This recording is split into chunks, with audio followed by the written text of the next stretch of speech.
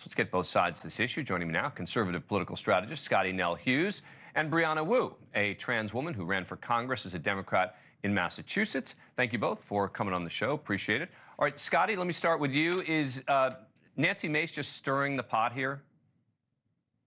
Absolutely not. Nancy Mace is doing what she's always been doing. She is fighting for feminist and women's rights. I think that's one of the great things that come out of this election season, Dan, is the fact that women have been now seen as more than just a single issue type of gender and what we fight for. And that is what Nancy Mace is doing. And I think what is great about this is that for the first time in a long time, we're seeing actually what's happening out in every day here in Main Street actually reflecting in the Capitol, and the Capitol is having to react to it. And so hopefully this will be a new conversation that will start, as this is something that those of us out here in everyday land has had to deal with for many years now. Brianna Wu, what do you make of it?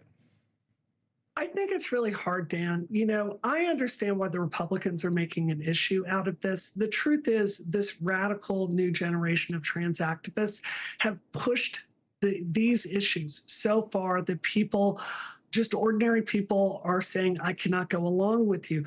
These first standards for transgender women to use the restroom, they were established in 1979. They worked fine for 40 years. It means you go to a doctor, you get a clinician to give you a letter, you go on HRT, which inhibits things like, erections, and you go through a medical process.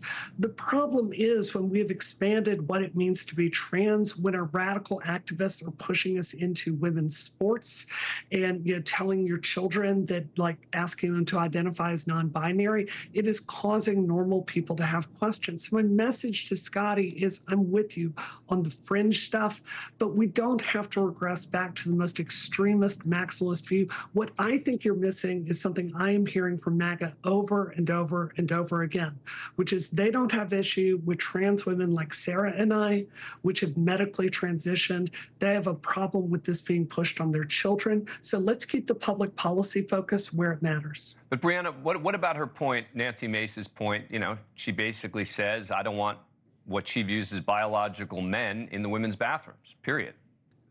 I understand that, and there are competing public policy interests here. Biological women have a right to feel safe in the bathroom. The problem is our old standards that we used to have, they're called the standards of care, WPATH. This has been hijacked by fringe progressive activists and dismantled to the point where I think there are actually reasons women could feel unsafe. We can revert those policy changes and go back to the ones that require medical transition to be in those spaces.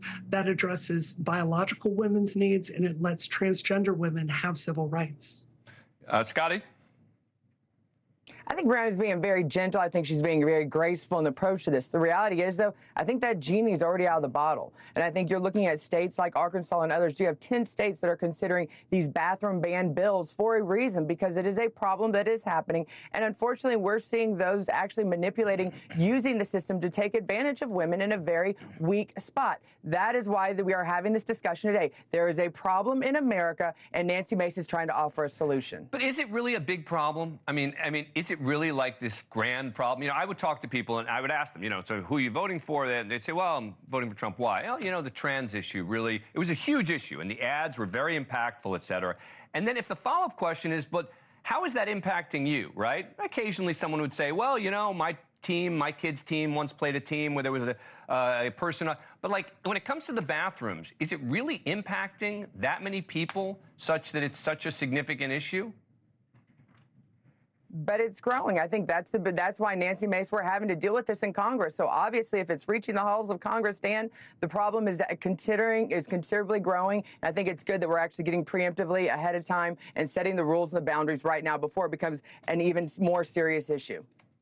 Brianna, it's unclear. Yeah, go ahead, Brianna. Yeah, well, Scottie, this is what I would say to you. I think the problem with this issue is it's being led by the extremes.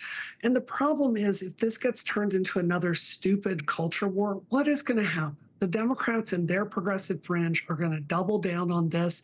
And then MAGA is going to have this, extreme reaction to it. And I don't think most MAGA people have a problem with people like me. I think they're concerned about other stuff. So what I think we should be doing is you and I talk together and find out a way to get everyone what they want. Thanks for watching. Go to joinnn.com to find News Nation on your screen. And don't forget to click the red subscribe button below to get more of News Nation's fact-driven, unbiased coverage.